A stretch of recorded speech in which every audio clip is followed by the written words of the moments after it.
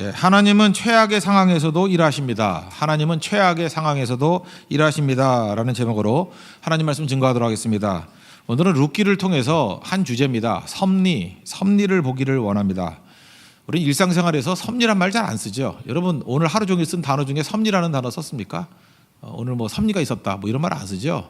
이 providence라는 단어인데 이 공급이라는 단어 provide에서 파생된 단어입니다. 맥락이 같아요. 그러니까 하나님이 공급하다 provide, 거기서 하나님이 이게 계획과 뜻 가운데 우리를 공급해 주시고 인도해 주신다. 그래서 providence, 그래서 섭리다 이렇게 얘기를 합니다. 무슨 얘기입니까? 우연이 아니라는 거예요. 우리 삶 가운데 우연이 아니고 하나님의 손길이 있었다. 그것을 섭리다 이렇게 얘기를 합니다. 하나님께서 창조하셨습니다. 그건 다 인정하시죠. 그리고 섭리하십니다. 하나님의 손길로 돌보고 계신다는 거예요. 이거 좀 구분하기 위해서 제가 한번 질문 한번 해볼게요. 이제 해가 뜬다라는 게 있죠. 해가 뜨잖아요. 뭐 엄밀히 말하면 지구가 도는 거죠. 근데 우리 눈에 보이는 것은 관용적으로 이제 해가 뜬다라고 합니다. 제 시간에 뜨잖아요, 거의. 그죠? 이 질문 가운데 제가 물어볼게요. 두 가지. 하나님께서 해가 뜨도록 그렇게 만들어서 해가 뜬다. 이게 맞습니까? 아니면 아침마다 하나님이 해가 뜨도록 만드신 것입니까? 구분을 못 하겠어요? 전자는 뭐냐 하면 하나님이 그렇게 되도록 질서와 체계, 시스템을 만들어 놨기 때문에 해가 뜨는 겁니까? 아니면 매일 아침마다 하나님께서 해가 뜨도록 힘쓰셨기 때문에 해가 뜨는 것입니까? 잘 모르면 세 번째입니까? 모른다 해요. 두 번째가 맞겠죠. 이게 왜 그러냐면 첫 번째는 빠진 게 있는데요. 빠진 게 뭐냐면 하나님이 창조하셨다 이건 인정을 해요. 그런데 창조하시고 난 다음에 질서를 부여해요. 질서를 부여하고 그 다음에 노 터치, 손 안 된다는 거예요. 그래서 이것이 중세 때부터 토마스 아퀴나스, 특별히 그 캐톨릭 신학입니다. 이게 캐톨릭 신학인데 거기서는 하나님이 다 만들어 놓고 질서 만들어 놓고 난 다음에 노 터치라는 거예요. 그래서 이 우주가 하나님이 만든 시스템에 의해서 돌아가고 있다라는 거예요. 하나님도 손 안 된다는 거예요. 그래서 이런 걸 뭐라 그러냐면 자연신론 이렇게 얘기하고 영어로는 디이즘 그럽니다. 디이즘. 자연신론 또는 디이즘 이렇게 얘기해요. 여기서 사실은 서양의 그 과학이 나왔다고 얘기할 수 있죠. 과학은 이제 분석의 대상이 되는 거니까.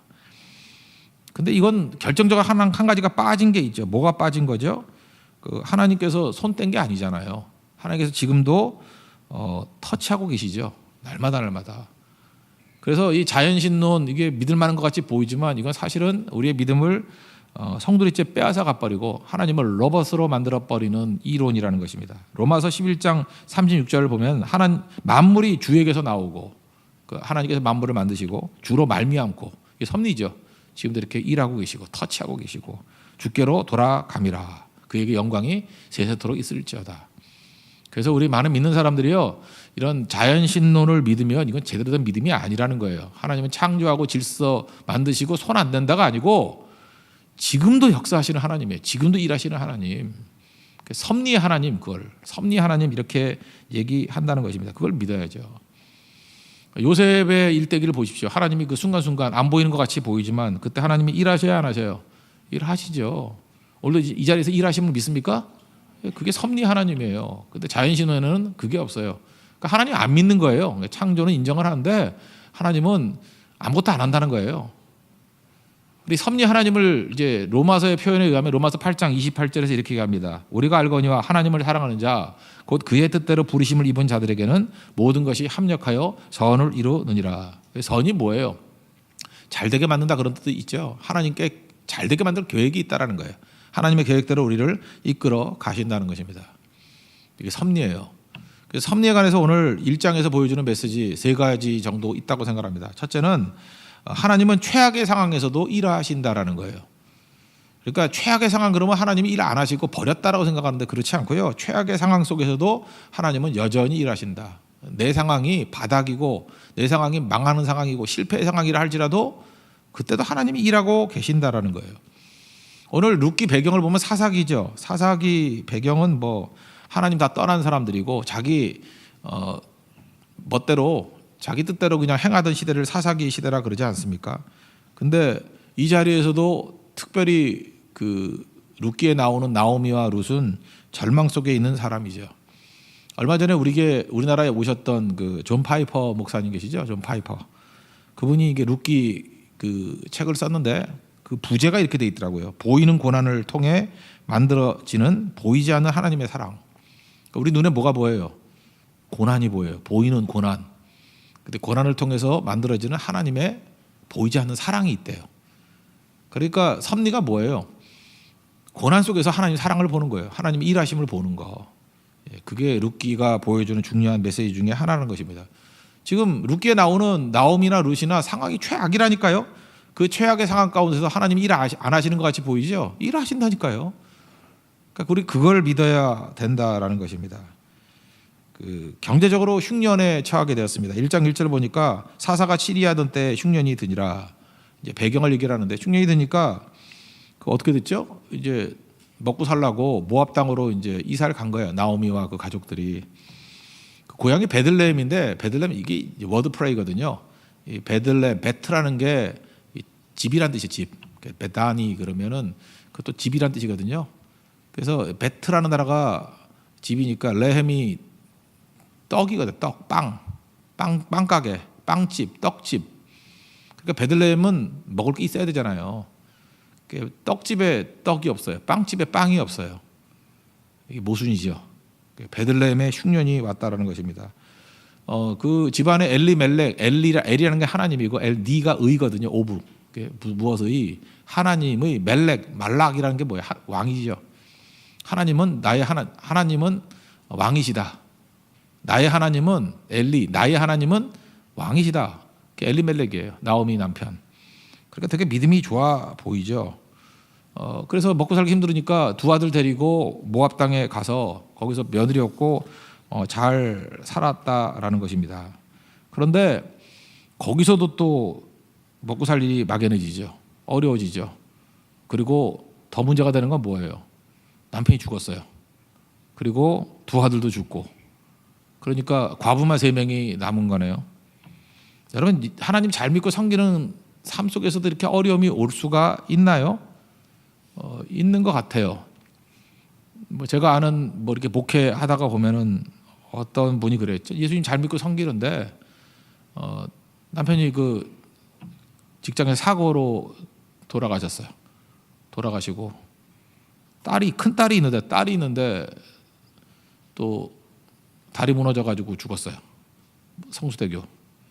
그리고 아들이 있는데 교통사고 당해가지고 또 크게 다치고 죽지는 않았지만 그 이해가 돼요 이게? 하나님 잘 믿고 섬기고 뭐 안 믿는 분도 아니고 한데 왜 이렇게 어려움이 있는가? 사실 경제적인 고통보다 더 큰 고통은요 상실감이에요. 영적인 상실감, 정신적인 상실감. 이게 뭔가 이렇게 고난은 몰려온다 그러지 않습니까? 먹고 살겠다고 꿈을 가지고 이민을 갔는데 거기서 남편 죽고 아들 죽고 이제 며느리 둘 남고 비참해진 거예요. 거기다 먹고 살 길 막연해지고 이제 길은 뭐 돌아가는 길밖에 없죠. 다시 고국으로 가자, 고향으로 가자. 그럼 이런 상황, 뭐 지금 이게 세팅을 뭐 성경에 있는 상황만 세팅해도 암담함을 아시겠죠. 그럼 제가 한번 물어볼게요. 이 상황 속에서도 하나님이 일하십니까, 안 하십니까? 일하고 있다는 거예요. 이게 우리가 전지적 작가 시점에서 이걸 보라는 거예요. 우리 인생도 마찬가지예요. 내가 아무리 고난당하고 내가 절망 가운데 있다 할지라도 하나님은 나를 위해서 일하신다는 거예요. 이 룻기는요, 이게 시가서기 때문에 이게 시로 돼 있어요. 1장 1절부터 5절까지를 보면은 이제 어려움 당했다라는 서론이 나오죠. 이게 히브리 단어로 정확히 71개 단어예요. 71개 단어. 그다음에 4장 18절부터 22절까지 보면은 다윗의 계보가 나오거든요. 다윗의 계보가 나오는데 족보가 나오는데 거기도 정확히 단어가 71단어예요. 그러니까 시작과 마지막이 이렇게 대칭된 거라고, 대칭. 그래서 이 룻기가 사실 우리가 히브리어를 몰라서 그렇지 히브리어로 본다 그러면 1장을 보면서 4장 마지막을 보는 거예요. 1장에서 불행같이 보이는데 불행 속에서 하나님이 지금 뭘 디자인하고 있어요? 다윗의 가문을 일으키고 있는 거라고. 우리 인생도 마찬가지라고요. 우리는 뭐만 봐요? 고난만 봐요. 근데 하나님은 뭘 보고 있어요? 꿈을 일으키고 계신다고요. 다윗 왕국을 일으키고 계신다고요. 그래서 여전히 하나님께서 일하고 계신다. 그거를 볼 줄 알아야 된다는 것입니다. 제가 비유를 들면 이런 거죠. 십자수 뭐 이렇게 놓는 거 있죠. 수 놓는 거. 요즘은 잘 안 하는데 옛날에 많이 하셨더라고요. 이렇게 뒤집은 모습을 보면 도대체 뭘 했는지 몰라요. 뭐 실만 얽히설키 있다고요. 근데 이게 뭐 한 거야? 장난친 거야? 그런데 이걸 딱 뒤집어 놓으면 그림이 나오죠. 우리가 하나님의 일들을 볼 때요, 우리는 그 실이 얽히설키 설켜 있는 그것만 보는 거예요. 이게 아무 의미 없어 보이고 뒤죽박죽 같이 보인다고. 근데 다 끝나고 난 다음에 하나님이 딱 뒤집어 놓으면 거기에 멋진 우리 인생의 그림이 나와 있다라는 것입니다.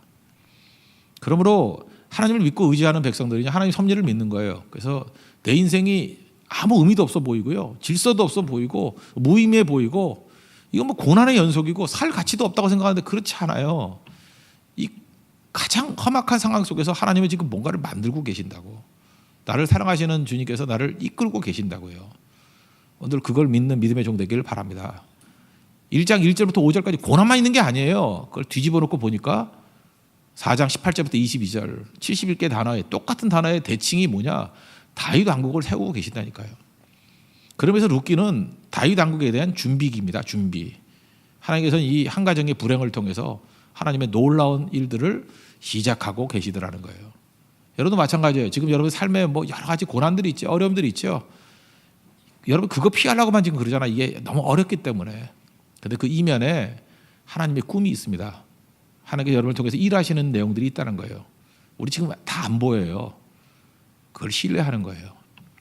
나를 향해서 일하시는 하나님의 섭리를 신뢰하는 거. 그 신뢰가 있는 믿음의 종 되기를 바랍니다. 두 번째 섭리에 관한 메시지는 뭐냐?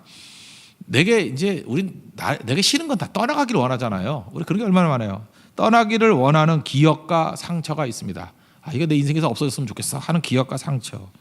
그게 오히려 내게 복이 된다라는 거예요.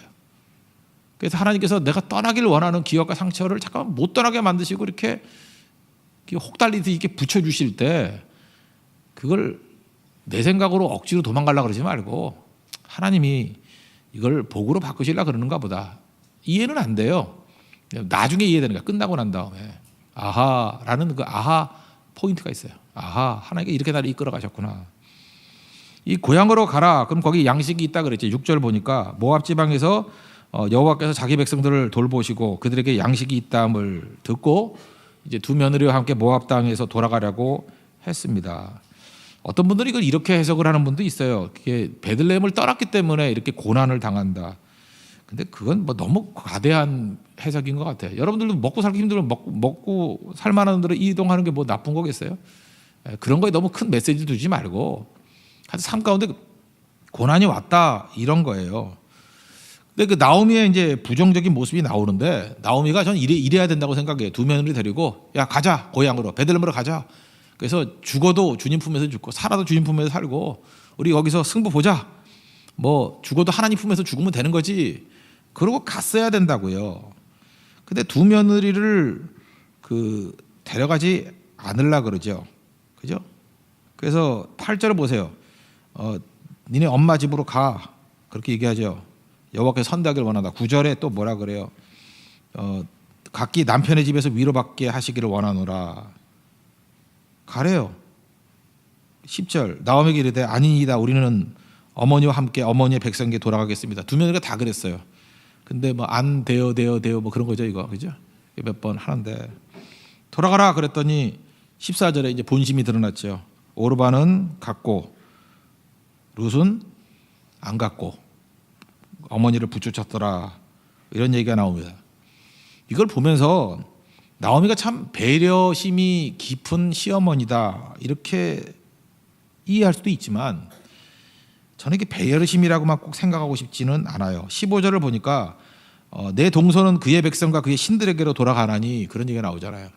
이게 모압 땅으로 돌아간다는 얘기는 하나님 버리고 모압 신을 섬기러 간다라고 하는 거와 똑같은 얘기 아닙니까?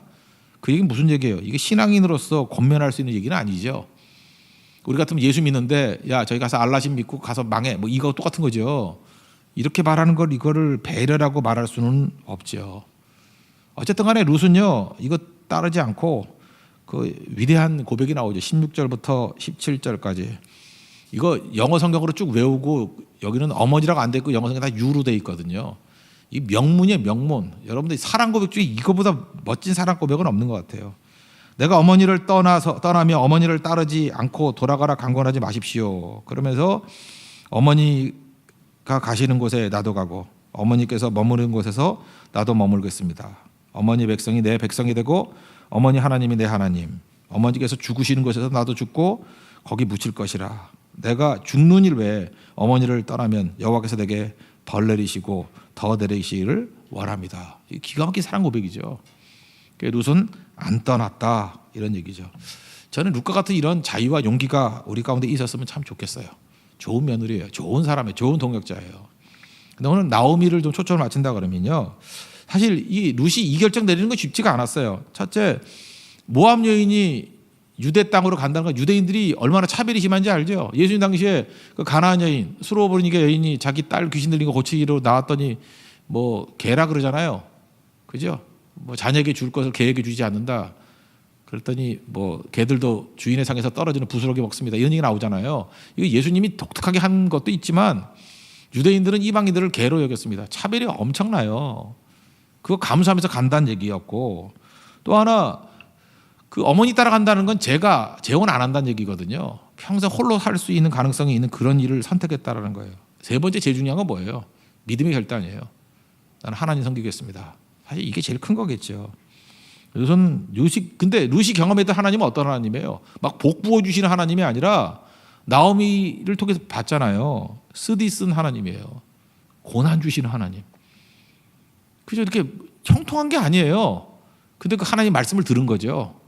내 삶에서 아무리 고난이 있다 할지라도 나는 하나님을 섬기는 백성이 될 거야. 그러니까 이 룻의 믿음이 진짜 대단한 믿음이죠. 여러분들 이런 믿음이 있기를 원합니다. 뭐 복 받아서 뭐 잘 돼서 따라가는 게 아니라 하나님이 진리이기 때문에, 하나님이 생명이기 때문에 어떤 고난이 온다 할지라도 가겠습니다. 그래서 룻이 시어머니 따라갔다고요. 그런데 나오미의 입장에서 볼 때 룻이 따라오는 건 부담스럽죠. 며느리가 따라온다는 건 무슨 뜻입니까? 아들 기억도 따라온다는 거죠. 그죠? 아들 기억도. 아들의 며느리 아니에요. 아들 기억도 따라온다. 상처도 따라온다는 거죠. 그리고 고향 베들레헴에 가면은 며느리에 대해서 설명을 해야 될 거 아니에요. 얘가 뭐다라고. 참 자기 사는 것도 쉽지가 않다고요. 근데 이 룻은 눈치도 없이 자꾸만 따라온다 그러네. 그죠? 그러니까 원치 않는 거예요. 우리 인생 가운데도요. 지금도 이런 결정 내릴 때가 되게 많아요. 지금도 이렇게 성도들 보면요. 그 뭐 교회를 옮긴다거나 뭐 이사를 간다거나 이렇게 결정을 내릴 때 보면은 상처 회피형이에요. 상처가 없는 곳으로. 그 나쁜 기억이 없는 곳으로. 그러니까 하나님의 뜻하고는 아무 관계 없어.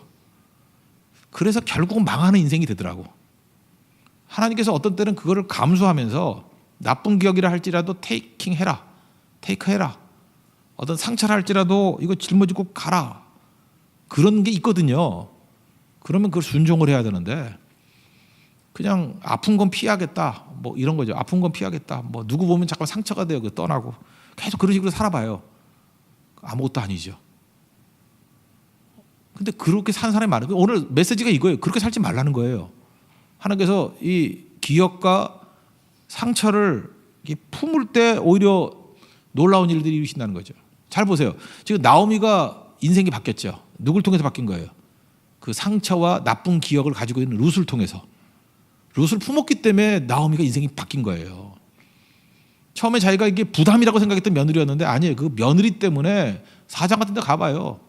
영광의 자리에 올라가고요. 가장 기쁨의 이름이 나오미가 기쁨이라는 뜻이거든요. 희락이라는 뜻인데 진짜 이름 회복이 돼요. 그러므로 하나님께서 우리에게 붙들라 그러는 거는 붙드는 게 중요합니다. 하나님의 섭리는요. 붙여주시는 사람을 통해서 오는 거예요. 근데 그 붙여주시는 사람이 내가 판단하기에 복 들고 오는 사람이 아니고요. 어떤 나쁜 기억을 가지고 있는 사람, 상처를 주었던 사람, 그 사람을 하나님께서 이렇게 옆에 두고 품으라 그럴 때가 있어요. 그거 품을 때 그게 복덩이가 된다고요. 이럴 때가 있다라는 것입니다. 그래서 우리에게 중요한 건 뭐예요? 내가 판단 내리는 거 아니에요. 하나님이 주시는 건 덮어놓고 좋다고 생각하면 돼요. 하나님이 주신 룻은 좋은 거였어요. 그죠? 복이었어요. 저도 개인적으로 한번 묵상을 해봤더니 이런 게 있는 것 같아요. 우리 교회 이름이 새교회잖아요.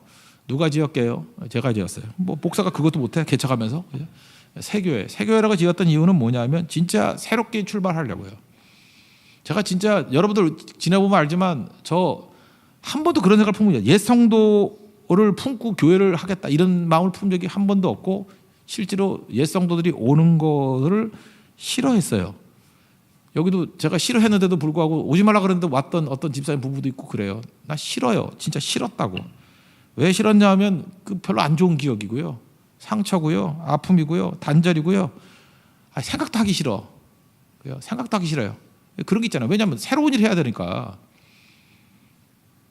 근데도 어떤 때는 하나님이 그렇게 뭐 욕을 하고 막아도 또 이렇게 붙여주는 사람이 있더라니까요. 그래서 뭐 마지못해 붙들었죠. 그리고 이제 몇 년이 지나고 보니까 그것을 통해서 하나님이 주셨던 복이 있더라고. 나는 되게 싫은 거였는데 어떤 분을 통해서 새로운 사역의 문이 열렸고요.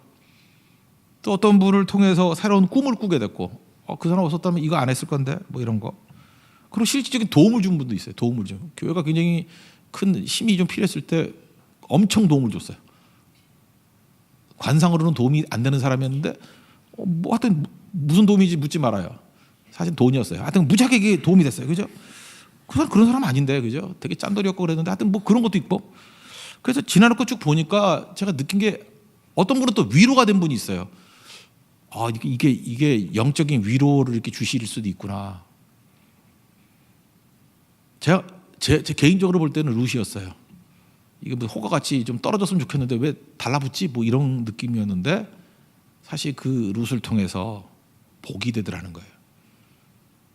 사실 이게 이기적인 거였죠. 내막을 들어보니까 뭐 갈 교회도 없고 영적으로 메말라고 뭐 이렇게 힘들어하는 분들이 있었어요. 그죠? 그래서 사실은 윈윈이에요. 거기도 살고 저도 살고 교회도 살고 하는 것들이었는데 그래도 사람이 싫은 게 있잖아요. 그죠? 싫은 게 있는데 하나님께서 싫은 거를 이렇게 멀리하지 못하게 만들 때가 있어요. 어떤 때는 그냥 강권적으로. 그래서 이게 왜 그러나 할 때 하나님이 이걸 통해서 일하신다는 것입니다. 그러면 여러분들 하나님의 섭리란 건 그런 거예요. 내가 원하는 방식으로 오는 게 아닙니다. 어떤 때는 그러죠. 저 사람 알았으면 내가 살만 나는데. 근데 그 사람이 복이 돼요. 그게 룻이라니까. 룻. 여러분 인생 가운데 룻이 있습니다. 지금은 부담스러워 보이지만 그게 복의 통로예요. 하나님 주신 것은 무조건 좋은 거로 믿으십니까? 그걸 받아들여야 된다는 거예요. 하나님 주신 건 다 좋은 거예요. 저는 그래서 지금도 이렇게 선교사님들, 동경하는 선교사님들을 만나거나 이 사역지를 만날 때 이제는 뭐 제 입맛 가지고 따지지 않아요. 어떤 때는 더 좋은 게 있을 수도 있죠. 뭐 이거 말고 이거 했으면 참 좋겠다라고 하는 것들이 있는데 그냥 받아들여요. 이번에도 우리 대만 선교 갈 때 이렇게 팀 조직을 좀 바꾸고 하는데 저항하지 말고 그냥 가라는 대로 가요. 그게 다 뜻이 있어요. 그죠? 왜 거길 가라 그러나 이름만 봐도 숨이 턱턱 막힌다. 대만의 더위가 느껴진다. 뭐 그러는데 또 모를 일이에요. 그죠? 거기 가서 하나님께서 이래서 이렇게 이끌어 주셨구나. 그럴 수 있다라는 거예요. 그래서 우리는 기도하면서 하나님께서 이끌어 주시는 모든 것은 가장 좋은 거다. 합력하여 선을 이루는 것이다. 그걸 믿고 나아가는 여러분의 부담스러운 기억과 상처의 룻이 복의 통로가 되는 축복이 임하기를 바랍니다. 세 번째는요. 하나님의 섭리에서 중요한 거는 뭐냐면 우리는 이렇게 단절돼서 생각하는 걸 참 좋아해요. 근데 섭리는 연결시킬 때 전체 그림이 나와요. 그래서 연결시켜서 보는 법, 그걸 배워야 되고요. 모순같이 보이는 두 가지를 이렇게 합쳐서 보는 법들을 배우는 게 성숙이에요. 베들레헴에 가는데 얼마나 또 입방정 많은 사람도 있겠습니까? 하여튼 이게 말 많은 사람이 항상 문제인데 여기 빅 뉴스였어요. 이제 망에서 왔다 그러지 얼마나 할 얘기가 많겠어요. 그죠? 이 빨레타에서 우물가에서 19절 보세요. 이에 두 사람이 베들레헴까지 갔더라. 베들레헴에 이를 때 온 성읍이 그로 말미암아 떠들며 이르기를 이가 나옴이냐 하는지라. 좋아서 이랬겠어요? 슬퍼서 이랬겠어요? 기뻐서겠지. 그죠? 망해서 왔네. 뭐 은근히. 근데 남자가 없네.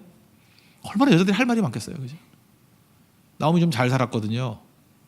남편도 없네. 아들 어디 가서 다 죽었대. 얼마나 얘기할 때마다 달콤함이 있겠어요. 그죠? 깨소금 맛이에요. 엘리멜렉 죽었대. 기런 말론 죽었대.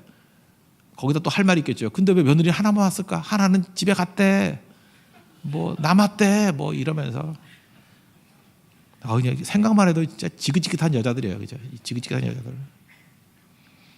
따가운 시선, 우리 이런 거 되게 싫거든요. 나오미가 이걸 각오하고 돌아왔다라는 거죠. 나오미 얘기가 20절, 21절에 나오는데 20절에 보니까 나오미가 이제 기쁨이란 뜻이거든요. 희락이란 뜻인데 나 나오미라고 부르지 마. 마라라고 불러. 쓰다는 뜻이에요. 내가 무슨 나오미니? 나는 희락이 아니고 고통이야, 고통. 나를 고통이라고 불러줘. 나를 쓰다라고 불러줘. 그리고 전능자가 나를 괴롭게 했다. 하나님이 나를 괴롭게 했고 풍족하게 나갔다가 이제 거지돼서 왔어. 그냥 미리 알아서 자기를 디스하는 거죠. 너네들 비웃지 마. 그래, 나 비웃는 거 다 아는데 내가 내 입으로 얘기할게. 그래, 나 풍족하게 나갔다 거지돼서 돌아왔어. 남편 아들 데리고 갔다가 과부로 돌아왔어. 이게 얼마나 비참한 거예요, 그죠? 자기 얘기가 하잖아요. 그리고 내가 하나님께 맞은 거야. 그래, 니네 그러지? 범죄해가지고 죄져가지고 저 벌 받은 거라고. 그래, 벌 받았어. 그리고 전능자 말을 2번 쓰잖아요. 전능자가 괴롭게 하셨어. 사실 이제 됐니? 뭐 이런 뜻도 있겠죠. 그죠? 여기 말하는 걸 보면요, 이게 나오미 교회 잘 다닌 것 같아. 이게 용어가 이게 교회 용어야, 그죠? 그러니까 지금으로 보면 집사님 이상은 되는 것 같아. 나오미 집사님 아니면 권사님이야. 잘 믿은 사람 같아요. 이 나오미 얘기에서 3가지 인정하는 거예요. 첫째, 하나님이 살아계신다. 이거 인정했어요. 맞죠? 둘째, 하나님은 전능하신 전능자라 그랬잖아요. 그죠? 전능하신 하나님이기 때문에 세상을 다스리고 계셔. 이것도 알고 있는 거예요. 맞아요. 근데 3번째, 괴롭게 하시는 분이래요. 나에게 고난을 주시는 분이래요. 이게 참 문제죠. 이거를 토막토막 내가지고 각자 믿는 거예요.